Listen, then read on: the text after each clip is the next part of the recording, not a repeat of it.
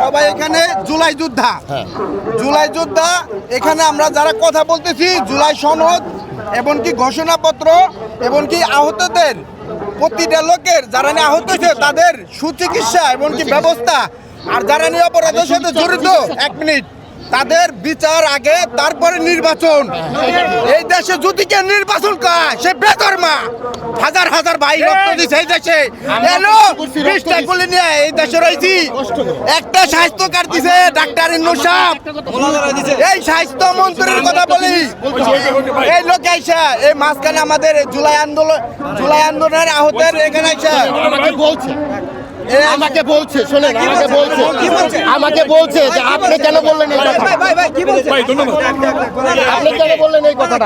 দেশের মানুষ সবাই সাধারণ মানুষ বলছি আমরা অনেক দিন ধরে, আমি বলছি অনেক দিন ধরে এই জুলাই আন্দোলনের জন্য কষ্ট করে আসছি। সাধারণ মানুষের চিন্তা করতে হবে।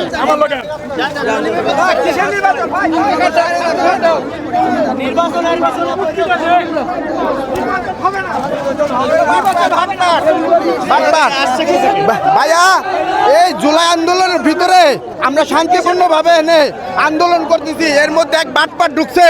বাটপাট ঢুকে নির্বাচন চাই, আমরা কেউ নির্বাচন চাই না। এটা হলো বাটপাট ঢুকছে, এখানে বাটপাট ঢুকছে, বাটপাট দালাল। এরা দালাল ভুল বিরুদ্ধে বোঝায় মানুষকে বেড়াচেরা করার জন্য একটা ষড়যন্ত্র করতেছে। আমাকে শান্তিপূর্ণ আন্দোলন, বৃষ্টি নামতেছে, সকাল 9টা বাজাইছি।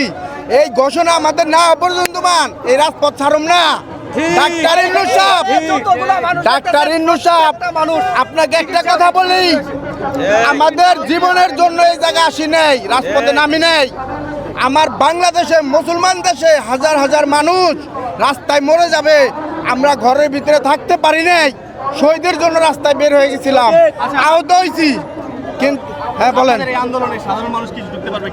আমাদের আন্দোলন সবার জন্য, সবাই শুনবে। সবার রাজনীতিবিদ যারা এই আন্দোলনের কথা আজকে যারা না শুনবে তাকে কেন আল্লাহ ঠাটা পড়ায়।